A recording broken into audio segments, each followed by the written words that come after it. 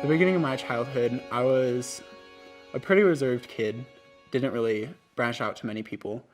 Um, and I did have one friend when I was about 6. He was one of my best friends, and I felt really close to him. I didn't find out until later that his brother had been exposed to pornography and that he had shared those things that he had seen with my friend. And because of that, my friend would share things with me.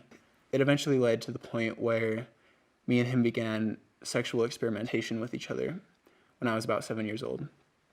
And this went on basically our entire friendship. There were a couple occasions where my parents would walk in on me and my friend and would quickly send him home, and I'd be taken aside to be given a talk and be told, we don't want you seeing this friend anymore. Like what you guys are doing is wrong. And I was young enough that I didn't understand. We kind of started to grow apart. As I grew up, I started to question what happened between my friend and I because I didn't understand exactly what it meant. I didn't understand why I felt like I enjoyed what happened between me and him.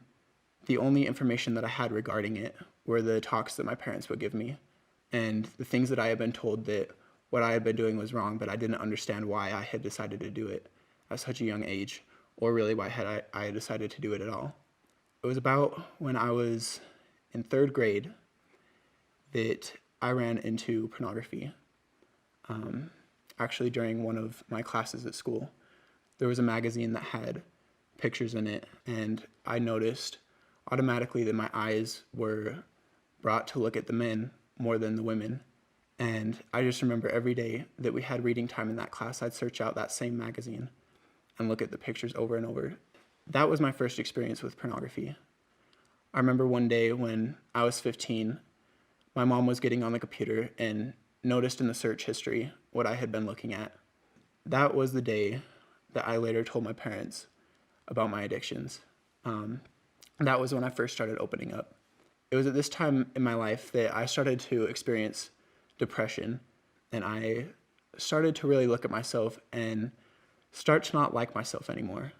And it was around this time that I really started to notice my attraction towards males and kind of started to come to a conclusion within myself, but not out to anybody else, that perhaps same gender attraction is something I struggled with. And I began to question why I had these feelings, why I had started these addictions. I started to question my belief in God. I started to question if God really loved me, if I was really worth the atonement that Christ paid for all of us, if it was even for me. When I was diagnosed with depression, I was put on antidepressant meds, which didn't really help me too much. And eventually it got to the point where I began to consider suicide. There was one instance where I had decided and planned to take my life shortly after my 16th birthday. And I just wanted to be alone. I just wanted to die. I didn't want to be alive anymore. I didn't want to feel like I was a burden to people. And my father soon found me in the park after he had been contacted and urged me to come home, which I finally reluctantly did, having not gone through with my plans. The following morning, my parents sent me to an inpatient treatment center. And while I was there, going through intense therapy and intense separation from normal life, I was basically brought to face the truth, even if I didn't want to. And it was at that time that I really came out to my parents about who I was, that I told them about my same gender attraction, that I told them about my feelings of self-hatred, that I told them about my addictions and everything else, including the experiences I had had with a friend when I was younger. The treatment was hard for me. I spent about 230 days in the inpatient treatment center before being released the summer before my senior year. Going through the treatment center and meeting all those people who had all those struggles and seeing who they really were on the inside was a huge thing for me. To just be able to realize, There are people out there who, yes, make bad decisions, as I have, and that doesn't mean that they're worth any less to anyone, and especially to God. And that's when I started thinking about my own worth with what I had been through, that perhaps I'm not worthless to God. Perhaps God really does love me, and that he gave me these things so that I could grow and learn. Having same-gender attraction is something that in many ways I used to define myself by. In a lot of ways, I had basically fallen away from the church, would only go because my parents made me, and would leave as soon as I could. And it was at this point that I basically started living a gay lifestyle, that I had a guy who I acted out with sexually. I was going to live by my attractions because that was what I felt like was the only thing that I knew how to do. After that instance with the guy that I acted out with, I felt awful. I felt horrible and guilty, and I didn't understand why, because I thought that I was taking the path that was going to bring me happiness, because I thought that I was being true to myself, to my attractions, to my feelings, and yet when I acted out, I felt awful. It was at this time that I decided that I needed to try to turn back to the church, that I needed to really decide what I believed and what was right to me.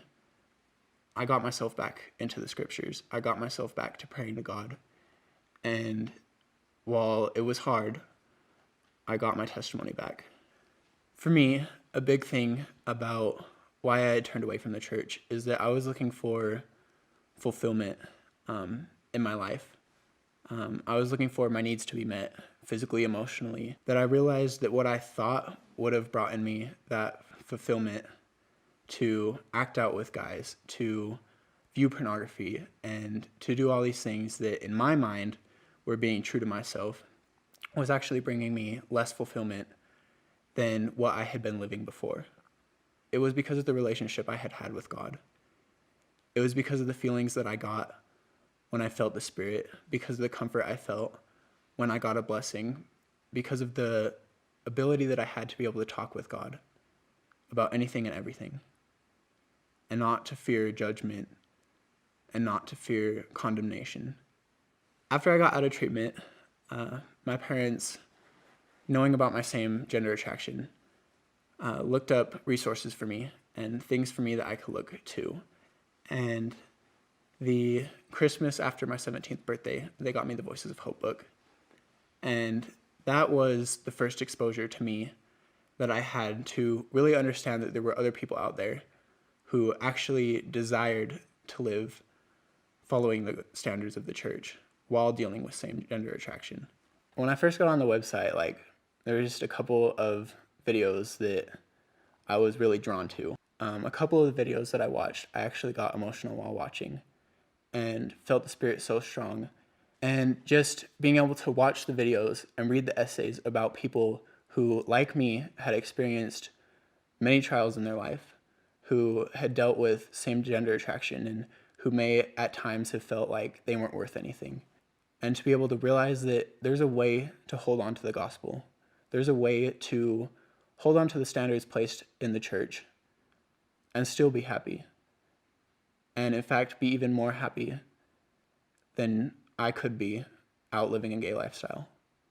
After I had found the Voices of Hope project and had gotten onto North Star, that I started to notice an avalanche of changes in my life. Questions that I had been asking for years and years in my life and had never gotten an answer to, and prayers that I had pleaded with God for answers to, for understanding of why I was going through the things in my life that I was. Everything started to make sense to me at this time. All the answers to my questions and my prayers were being given to me. I was finally able to make friends with guys, again, with males, which was something that was huge for me because it was not something I was able to do for the longest time in my life.